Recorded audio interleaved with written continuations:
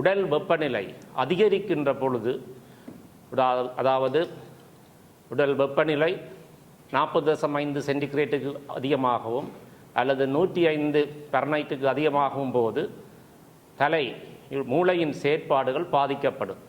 மூளையில் ஒரு ஆக்சிடென்ட், அதை நாங்கள் ஸ்ட்ரோக் என்று சொல்லுவோம். அவர்கள் தங்கள் அறிவை இழக்கின்றார்கள், மயங்கி விழுகிறார்கள், அறிவு அற்றுப் போகிறார்கள்.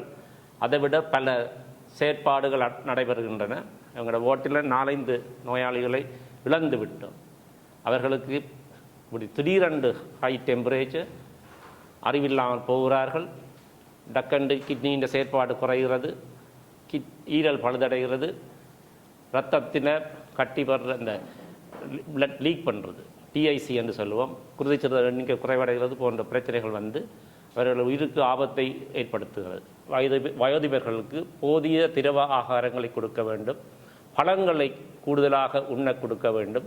தர்பூசணி, வெள்ளரி பழம் மற்றும் வாழைப்பழம், தோடம்பழக்கரசு, பானம், எலும்பிச்சம்பழம், சிறிதளவு உப்பு போட்டு சிறிதளவு சீனி போட்டு பருக கொடுக்க வேண்டும். ஒரு நாளைக்கு குறைந்தது 3 லிட்டர் ஆவது குடிக்க வேண்டும். வயது போனவர்களுக்கு அந்த தண்ணீர் தாகம் எடுக்கிறது தெரியாது, அப்போ அவைகள் உணர மாட்டார்கள். மற்றது அவர்கள் நடந்து போய் தண்ணியை குடிக்கிறது கஷ்டம், வருத்தத்தின் காரணமாக. தினமும் எத்தனை நோயாளிகள் வருகின்றார்கள், எவ்வளவு பேர் இறக்கின்றார்கள்? குறிப்பாக 8 தொடக்கம் 10 பேர் தினமும் இறப்பார்கள். தற்போதைய வெப்பச்சூழலில் சுவாச தொற்றுகளும் அதிகம் ஏற்படலாம், தோல் நோய்களும் அதிகம் ஏற்படலாம். அடுத்தது மனத்திலும் வந்து ஒரு அழுத்தம் மாறிய ஒரு நிலைமை ஏற்படலாம். இது விடயமாக சுகாதார அமைச்சில் பணிப்பாளர் நாயகத்துக்கு உடனடியாக அவர் மீது விசாரணை ஒன்றை செய்யுமாறும், அதன் மூலம் உண்மைத்தன்மையை கண்டுபிடித்து வைத்தியசாலைக்கு எதிராக பரப்பி அவதூறுக்கும் எதிராக நடவடிக்கை எடுக்கும்படி கேட்டிருக்கின்றோம். இது தவிரவும் இவ்வாறான செய்தி திடீரென பதட்டம், பயம் போன்றவற்றை போதனா வைத்தியசாலை மீது ஏற்படுத்தி விடும் என்பதற்காக நாம் யாழ் போலீஸ் நிலையத்தில் முறைப்பாடு ஒன்றை செய்திருந்தோம்.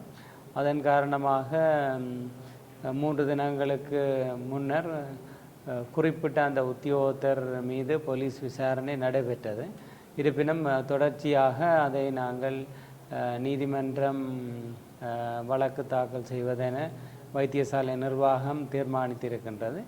ஏனெனில் இந்த பொது வைத்தியசாலையானது பொதுமக்களின் சொத்து. இங்கே கடமையாற்றும் 2500 உத்தியோகத்தர்களும் இந்த வைத்தியசாலையின் சுற்றலிலே இருக்கின்றவர்கள். யார் இந்த வைத்தியசாலை மீது முறைப்பாடு செய்கின்றார்களோ அல்லது அவதூறு செய்கின்றார்களோ அவர்களுடைய பிள்ளைகள் தான் இங்கே கடமையாற்றுகின்றார்கள். அவர்களது உறவினர்கள் தான் இங்கே சிகிச்சை பெறவும் வேண்டும். ஆகவே இது அவர்களுடைய சொத்து. அதாவது இது வைத்தியசாலையில் கடமையாற்றும் உத்தியோகத்தர்களுக்கு அப்பால் குறிப்பாக இங்கே வரும் நோயாளிகளும் உறவினர்களும் அவர்கள் எதிர்காலத்திலும் ஒரு நம்பிக்கையோடு வந்து சிகிச்சை பெறுவதற்கு அவதூறு செய்வதை முற்றாக அவர்கள் நிறுத்தி கொள்ள வேண்டும். ஏனெனில் குறிப்பாக இங்கே நம்பிக்கையோடு சிகிச்சை வர வேண்டிய பலர் இருப்பார்கள். அவர்களுக்கு ஒரு பதட்டமான மனநிலை ஏற்பட்டால் வைத்தியசாலைக்கு வராமல் உயிரிழப்பு ஏற்படலாம்.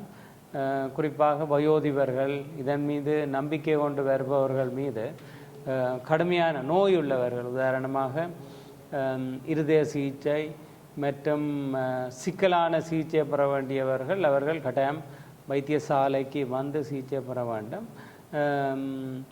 சமூக வலைத்தளங்களினூடாக திடீரென்று பதட்டத்தை ஏற்படுத்துகின்ற போது அவர்கள் விடக்கூடும்.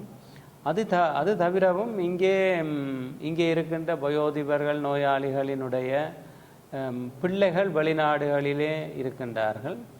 அவர்களுக்கு கடுமையான வெறுப்பு இந்த வைத்தியசாலை மீது ஏற்படலாம். ஏனெனில் அவர்களுடைய பெற்றோர்களும் ஏனைய தேவைகளுக்காக இங்கே வந்து சிகிச்சை பெறுவதற்கு இவ்வாறான ஒரு நிலை ஏற்படும் என அவர்கள் எண்ணக்கூடும். ஆகவே உண்மைத்தன்மையை அறிந்து குறிப்பாக வைத்தியசாலை நிர்வாகத்தினரோடும் கலந்துரையாடி உண்மையில் செய்திகளை வெளியிட்டால் அது பொருத்தமாக இருக்கும். குறிப்பாக அந்த குறிப்பிட்ட நபர் டிக்டாக்கின் மூலம் பிரபல்யம் அடையலாம் என்பதற்காக, ஏனெனில் அவர் கடந்த 1 வருடங்களுக்கு முன்னரே இங்கே வந்திருக்கின்றார். திடீரென இந்த செய்தியை வெளியிட்டது அது வைத்தியசாலைக்கு ஒரு அவப்பெயரை ஏற்படுத்தி இருக்கின்றது. ஆகவே இது விடயத்தில் நாங்கள் ஒரு பூரணமான நடுநிலையான விசாரணை மட்டுமே எதிர்பார்த்திருக்கின்றோம். ஆகவே ஏனையவர்களுக்கும் நாங்கள் இதை கூறி வைக்க விரும்புகின்றோம். வைத்தியசாலைகளில் குறைபாடுகள் நிலவுகின்ற போது கட்டாயம் நீங்கள் சுட்டி காட்ட வேண்டும். அதற்காக நாங்கள் புதிதாக அதிகரித்த அளவில் அவர்கள் முறைப்பாடுகளை பதிவிடும் பெட்டிகளை நாங்கள் பல்வேறு இடங்களில் பொருத்த இருக்கின்றோம். அது தவிர அவர்கள் வைத்தியசாலை பணிப்பாளருக்கு கடிதங்களின் ஊடாக அனுப்பி வைக்க முடியும், அல்லது தொலைபேசி இலக்கத்தின் ஊடாக தொடர்பு கொள்ள முடியும். நாங்கள் பல்வேறு இடங்களிலே தொலைபேசி இலக்கங்களையும் நாங்கள் பொதுமக்களுக்காக காட்சிப்படுத்த இருக்கின்றோம். ஆகவே முறைப்பாடுகள் குறைபாடுகளை நீங்கள் தொடர்ந்தும் இருப்பின் அவற்றை பொருத்தமான முறையில் நீங்கள் சுட்டி காட்டுகின்ற போது நாங்கள் கட்டாயம் நடவடிக்கை எடுப்போம் என்பதையும் கூறிக்கொள்ள விரும்புகின்றேன்.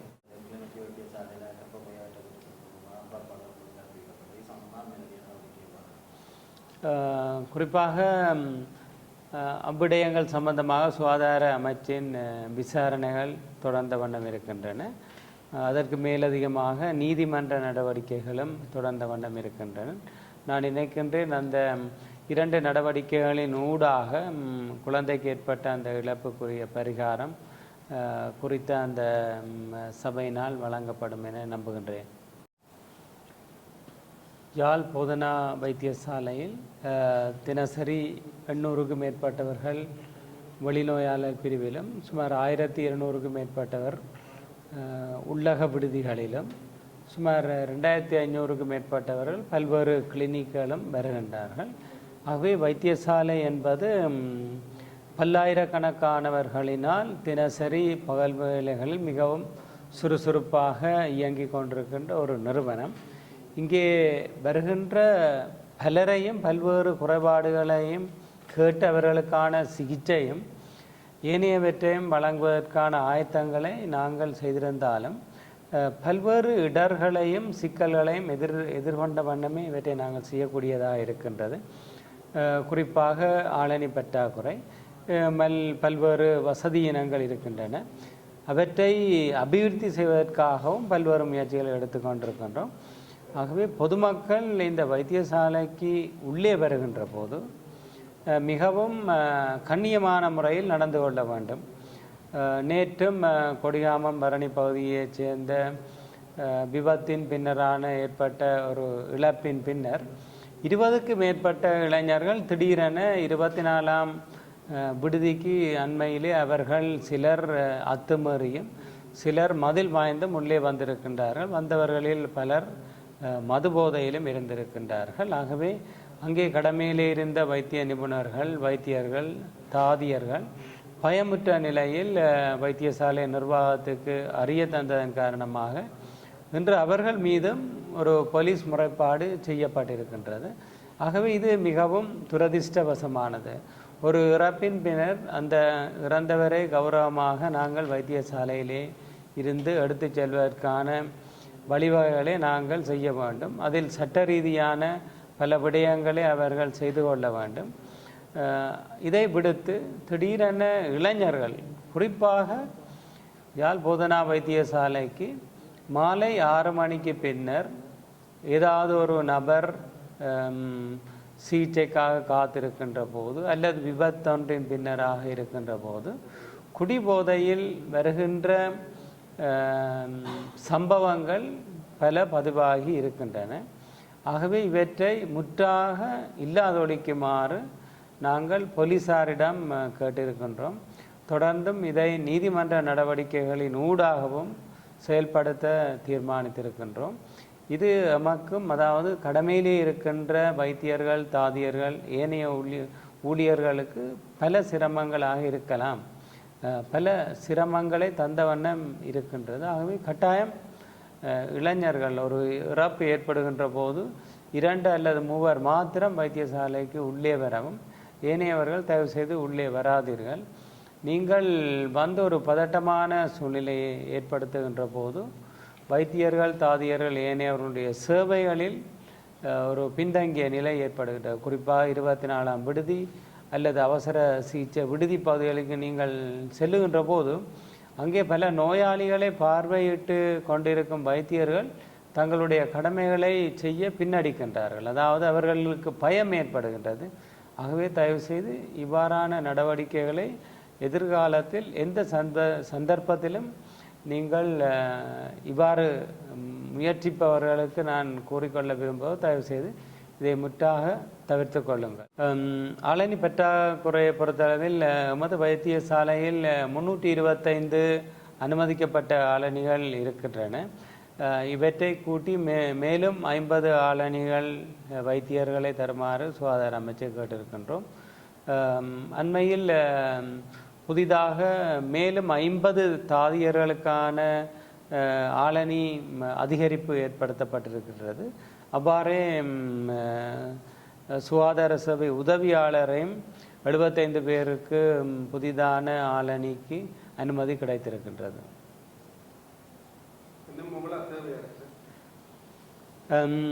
நமக்கு புதிதாக இந்த அனுமதிக்கப்பட்ட 50 தாதியர்களும் 75 சுகாதார சேவை உதவியாளர்களும் மேலும் 50 வைத்தியர்களும் வருகின்ற சந்தர்ப்பத்தில் இந்த வைத்தியசாலையுடைய சேவையை நாங்கள் சிறப்பாக மேற்கொள்ளலாம்.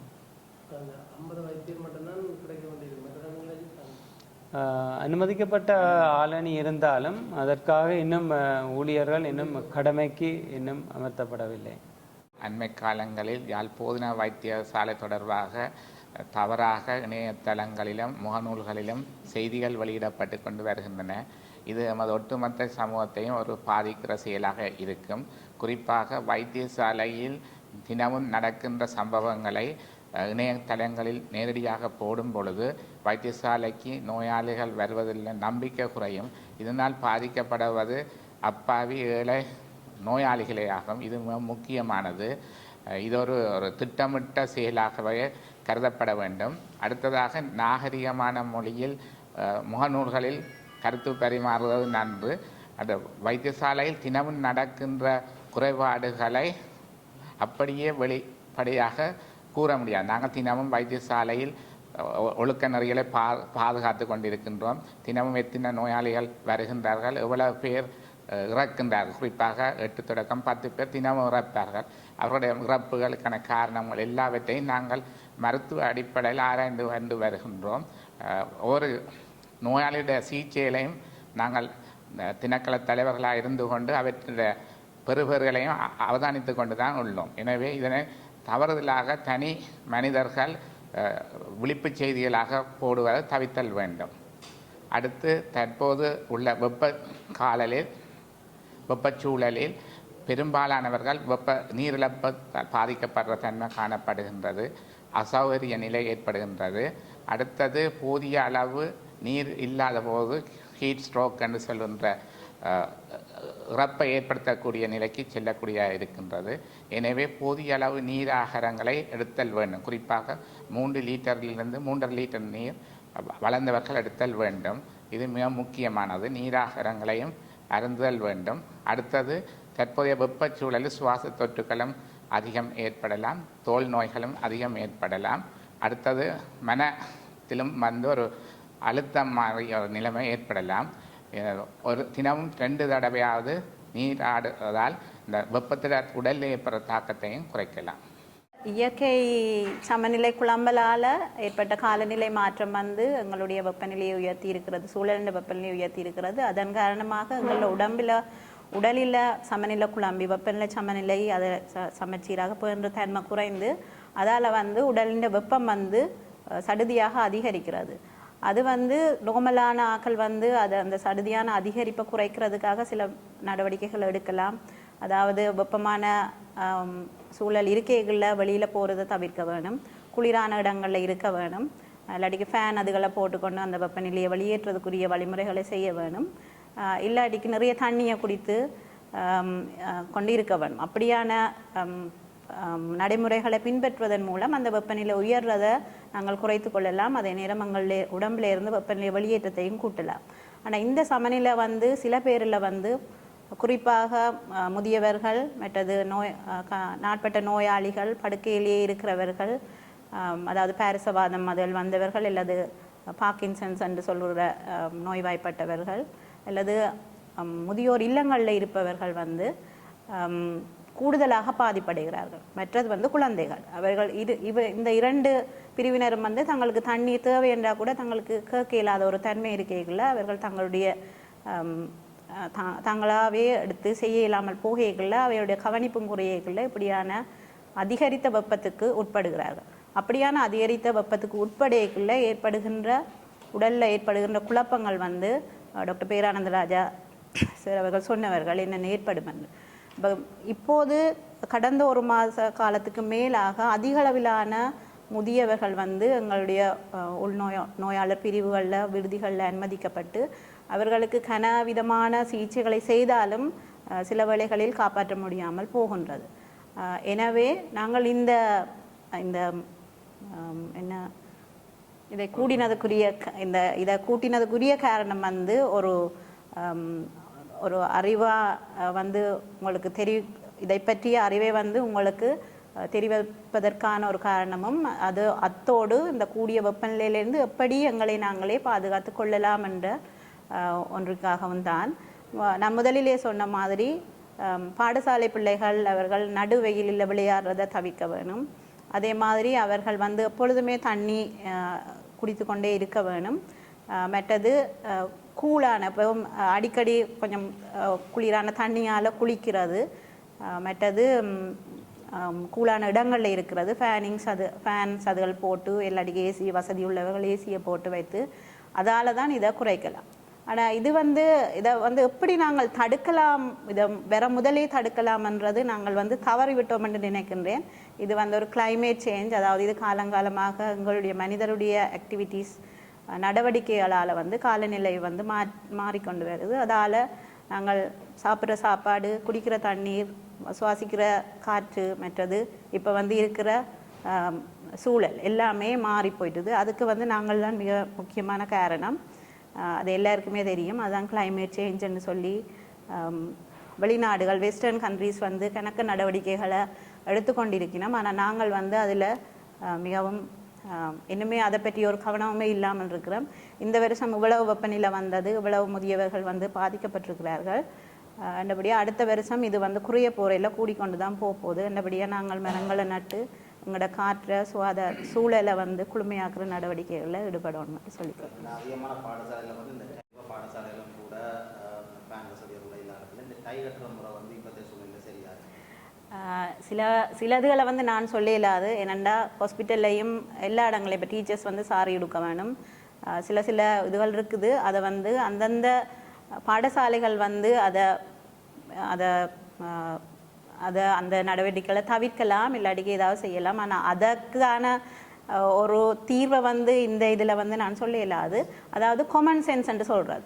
அதாவது நாங்கள் வந்து இந்த நைலோன் மாதிரியான உடுப்புகளை உடுக்கக்கூடாது, பருத்தியாலான உடுப்புகளை தான் உடுக்க வேணும். மற்றது விளையாட்டு இதுகளை நல்ல வெயிலான நேரங்களில் விளையாட்டு இதுகளை குறைக்க வேணும், உடற்பயிற்சி செய்கிறத குறைக்க வேணும். அப்படியான இதுகளை நாங்களாக, அதாவது காமன் சென்ஸ் எங்களுக்கு இருக்குத்தானே, அது எல்லா இடத்துலையும் இருக்க வேணும்.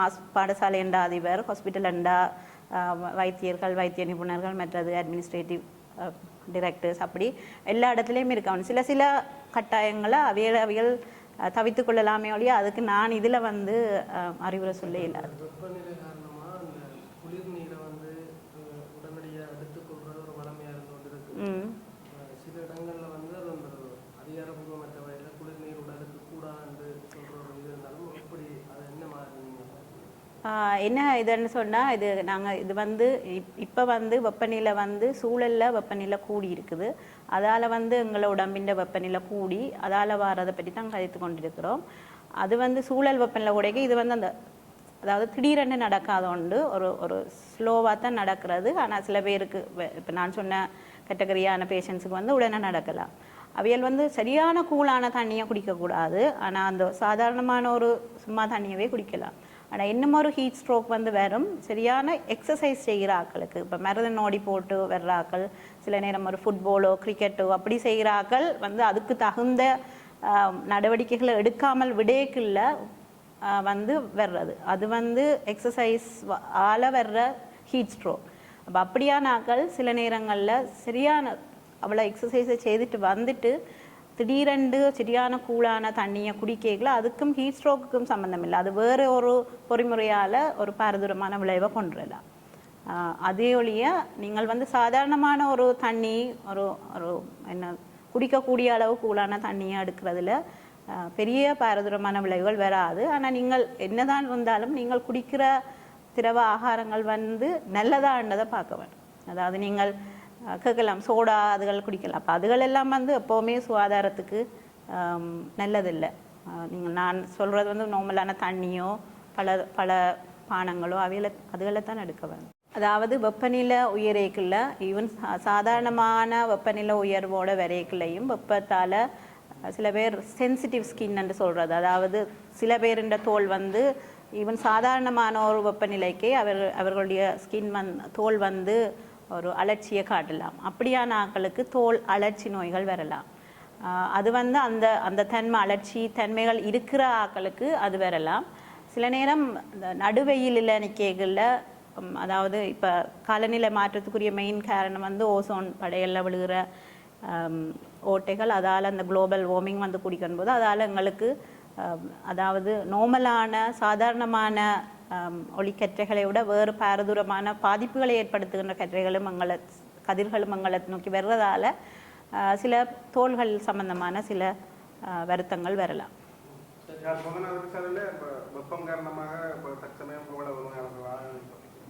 எனக்கு அந்த விவரம் தெரியாது. ஆனால் தற்சமயம் எங்களுடைய விடுதியில் வந்து நாங்கள் இப்போ கடந்த 2-3 நாட்களாக கிட்டத்தட்ட 4-5 ஒரு வாரம் ஒரு 2 வாரத்துக்குள்ள 4-5 நோயாளிகள் வந்து இப்படியான பாதிப்புகளுக்குள்ளாகி அவையில் இழந்தும் இருக்கிறார்.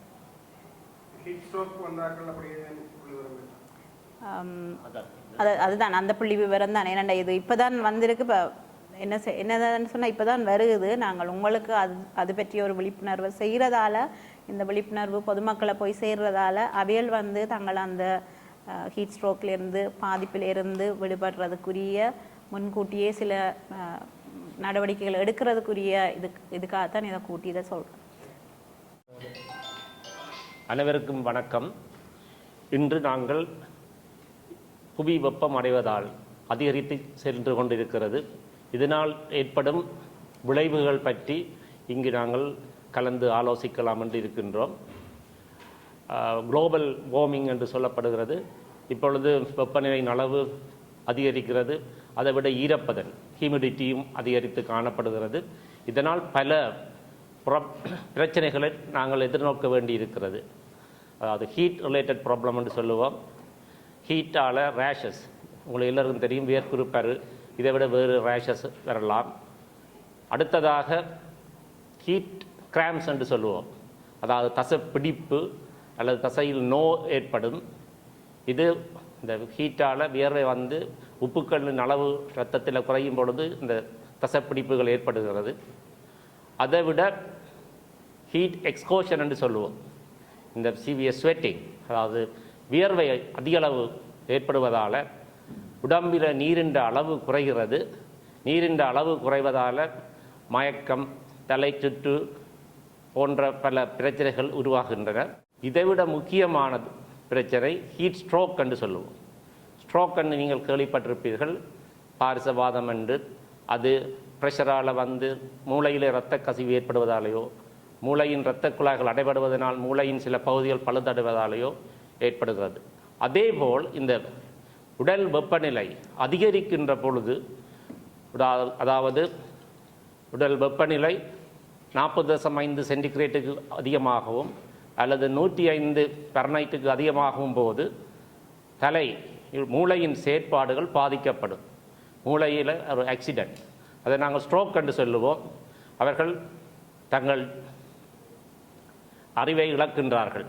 மயங்கி விழுகிறார்கள், அறிவு அற்றுப் போகிறார்கள். அதைவிட பல செயற்பாடுகள் நடைபெறுகின்றன. இதன் போது அவர்களுடைய பல்ஸ் ரேட், ஹார்ட் ரேட் கூடுகிறது, ப்ரெஷர் குறைவடைகின்றது. இதால் மற்ற உடம்புகளுக்கு போகின்ற இரத்த ஓட்டத்தின் அளவு குறைவு அடைவதால் சிறுநீரகத்தில் பாதிப்பு ஏற்படலாம், ஈரலில் பாதிப்பு ஏற்படலாம், இருதயத்தில் பாதிப்பு ஏற்படலாம், பலவிதமான எரித்மியாஸ், அதாவது இதய துடிப்பு வீதத்தில் மாற்றங்கள் ஏற்படலாம். அதைவிட சுவாசத்திலே செயற்பாடுகள் மாற்றம் ஏற்படலாம். சுவாசத்தின் வேகம் அதிகரிக்கும், அது ஆக்சிஜனேஷன் குறைவடையும், ARDS என்று சொல்லுவோம், அல்லது நான் கார்டியோஜெனிக் எடிமா என்று சொல்லுவோம். இதனால் அவர்களுக்கு செயற்கை சுவாசம் அளிக்க வேண்டிய செயற்பாடுகள் தேவைப்படுகின்றது. இதைவிட இரத்தத்தில் குருதி சிறுதட்டுக்களின் அளவு குறைவடையும். அதைவிட அந்த கோயாகுலேஷன் டிஸார்டர்ஸ் வருகிறது. அதை நாங்கள் DIC என்று சொல்லுவோம், டிசமினேட்டட் இன்ட்ராவெஸ்குலர் கோயாகுலேஷன். இதால் இரத்தப்பெருக்கு போன்ற பல குறைபாடுகள், பல நோய்கள் ஏற்படுகிறது. ஆகவே இந்த உடல் வெப்பநிலை அதிகரிக்கிறது. ஏன் அதிகரிக்கிறது? எங்கள் என்வாயன்மெண்ட் சரௌண்டிங்ஸில் வெப்பநிலை அதிகரிப்பதால் வெப்பம் உடலுக்கு கடத்தப்படும், உடம்பு வெப்பநிலை அதிகரிக்கும். நோமலாக உடம்பு வெப்பநிலை அதிகரிக்கும் போது ஹீட் வெளியேறுகிற தன்மை காணப்படும். வியர்வை மூலமோ இரத்த குழாய்கள் டைலேட் பண்ணுவதன் மூலமோ அந்த உடல் வெப்பநிலையை ஆட்டோமேட்டிக்காக எங்களது மூளையில் சில பகுதிகள் இந்த தெர்மோ ரெகுலேஷன் என்று சொல்லுவோம். அதன் மூலம் வெப்பநிலையை, உடல் வெப்பநிலையை சீராக வைத்திருக்கும். 36.7 டிகிரி செல்சியஸ் அல்ல 98.4. இங்கே அந்த ஹீட்டை வெளிவிடுற தன்மை இழக்கப்படுறது. பொதுவாக வளர்ந்தோர்களில், வயதானவர்களில் இந்த பிரச்சனை அதிகமாக காணப்படுகிறது. அது வாட்டுக்களில் இப்பொழுது பல நோயாளிகளை நாங்கள் இந்த ஹீட் ஸ்ட்ரோக் மூலம் இழந்திருக்கின்றோம். ஆகவே நாங்கள் இதை தடுப்பது பற்றி இங்கு ஆராய்வோம். என் வருங்காலங்களில் இன்னொரு 7-8 வருஷம் 10 வருஷங்களில் இந்த வெப்பநிலை இன்னும் அதிகரித்து கொண்டு போகிறது. அப்போ இந்த வெப்பநிலை அதிகரிக்காமல் இருக்கிறதுக்கு நாங்கள் மக்கள் செய்ய வேண்டியது என்னவென்றால், அதிகமான மரங்களை நட வேண்டும், பொலித்தீன் பாவனையை குறைக்க வேண்டும் அல்லது தவிர்க்க வேண்டும், பிளாஸ்டிக் பொருட்களின் பாவனையை தவிர்க்க வேண்டும் அல்லது அதை எதிர்க்க வேண்டும். இந்த இவற்றின் மூலம்தான் பிளாஸ்டிக் பாவனை, பொலித்தீன் பாவனை அதிகரித்து கொண்டு செல்வதும் மரங்களை அழிப்பதும் தான் இந்த வெப்பநிலை அதிகரிப்பதற்கு முக்கிய காரணமாக இருக்கின்றது. ஆகவே மக்கள் ஒவ்வொருவரும் வீட்டுக்கு வீடு மரங்களை நட வேண்டும், சுற்றாடலை குளிர்மையாக வைத்திருக்க வேண்டும். இந்த ஹீட் ஸ்ட்ரோக்கில் டெம்பரேச்சர் கூடினால், நாங்கள் சாதாரணமாக காய்ச்சல் வருத்தம் வந்தால் டெம்பரேச்சர் கூடினால் பெனடோலை கொடுத்து டெம்பரேச்சரை குறைக்கலாம். ஆனால் இந்த ஹீட் ஸ்ட்ரோக்கில் இந்த பெனடோல் ஆன்சர் பண்ணாது. இவர்களுக்கு நாங்கள் என்ன செய்ய வேண்டுமென்றால், குளிர்மையான பானங்களை பருக கொடுக்க வேண்டும். மற்றது குளிர்மையான ஐஸ் கட்டி, அது கம்மக்கட்டு அல்லது கழுத்துங்கீழ் வைக்கிறது, அல்லது குளிர்மையான தண்ணீரால் கழுவுறது, அல்லது குளிர்மையான ஐஸ் வாட்டரால் வாய்க்குள்ளே விட்டு கெஸ்டிக் லாவாச்சுன்னு சொன்னோம், அப்படி செய்து டெம்பரேச்சர் எவ்வளோ விரைவாக குறைக்கிறோமோ அவை இந்த வருத்தங்களை குணமாக்கக்கூடியதாக இருக்கும். அதுக்கேற்ற வசதிகளை நாங்கள் வைத்தியசாலையிலும் செய்விக்க வேண்டும். இதன் போது நாங்கள் இந்த 2 வாரம் டாக்டர் நலாயினி சொன்ன மாதிரி எங்களோட ஓட்டில் 4-5 நோயாளிகளை இழந்து விட்டோம். அவர்களுக்கு இப்படி திடீரென்று ஹை டெம்பரேச்சர், அறிவில்லாமல் போகிறார்கள், டக்கண்டு கிட்னியின் செயற்பாடு குறைகிறது, ஈரல் பழுதடைகிறது, இரத்தத்தின கட்டி வர்ற அந்த பிளட் லீக் பண்ணுறது, TIC என்று சொல்லுவோம், குருதிச்சிறுதல் எண்ணிக்கை குறைவடைகிறது போன்ற பிரச்சனைகள் வந்து அவர்கள் உயிருக்கு ஆபத்தை ஏற்படுத்துகிறது. ஆகவே இந்த நோய் வராமல் இருப்பதற்கு நாங்கள் வீடுகளில் வயோதிபர்களுக்கு போதிய திரவ ஆகாரங்களை கொடுக்க வேண்டும், பழங்களை கூடுதலாக உண்ண கொடுக்க வேண்டும். தர்பூசணி, வெள்ளரி பழம் மற்றும் வாழைப்பழம், தோடம்பழக்கரசு பானம், எலும்பிச்சம்பழம், சிறிதளவு உப்பு போட்டு சிறிதளவு சீனி போட்டு பருக கொடுக்க வேண்டும். ஒரு நாளைக்கு குறைந்தது 3 லிட்டர் ஆவது குடிக்க வேண்டும். வயது போனவர்களுக்கு அந்த தண்ணீர் தாகம் எடுக்கிறது தெரியாது, அப்போ அவைகள் உணர மாட்டார்கள். மற்றது அவர்கள் நடந்து போய் தண்ணியை குடிக்கிறதும் கஷ்டம் வருத்தத்தின் காரணமாக. டாக்டர் நானி சொன்னபோது சில நரம்பு வருத்தங்கள், பார்க்கின்சன் டிசீஸ், உள்ளவர்கள் மற்றும் சில மருந்துகள் எடுப்பவர்கள், beta blockers, calcium channel blockers, நாங்கள் ப்ரெஷருக்கு கொடுக்குற மருந்துகள், சில இருதய வருத்தங்கள், ஹார்ட் ஃபெயிலியர், இப்படி உள்ளவர்களுக்கு இந்த வெப்பத்தின் அதிகரிப்பு கூடிய தாக்கத்தை ஏற்படுத்தும். ஆகவே வீட்டில் உள்ள வயது வந்தவர்களை சரியாக கவனித்து அவர்களை குளிர்மையான இடத்தில் வைத்திருக்க வேண்டும். போதிய அளவு நீராகாரங்கள், பழங்கள் போன்றவற்றை கொடுக்க வேண்டும். அவர்களின் உடல் வெப்பநிலை அதிகரிப்பு காணப்படுமாயின் உடனடியாக வைத்தியசாலைக்கு அழைத்து வர வேண்டும். நன்றி. இறந்திருக்கிறோம். அவைகள் ஐசியூவில் வைத்திருந்தாங்க. இன்டென்சிவ் கேர் யூனிட்டில் இருந்து நாங்கள் தவற விட்டுருக்கோம். 3-4 பேர் எங்களோட ஓட்டில், மேல் ஓட், ஃபீமேல் ஓட், மற்ற ஓட்டுகளையும் நடந்தது என்று மற்றவர்கள் கூறியுள்ளார்கள்.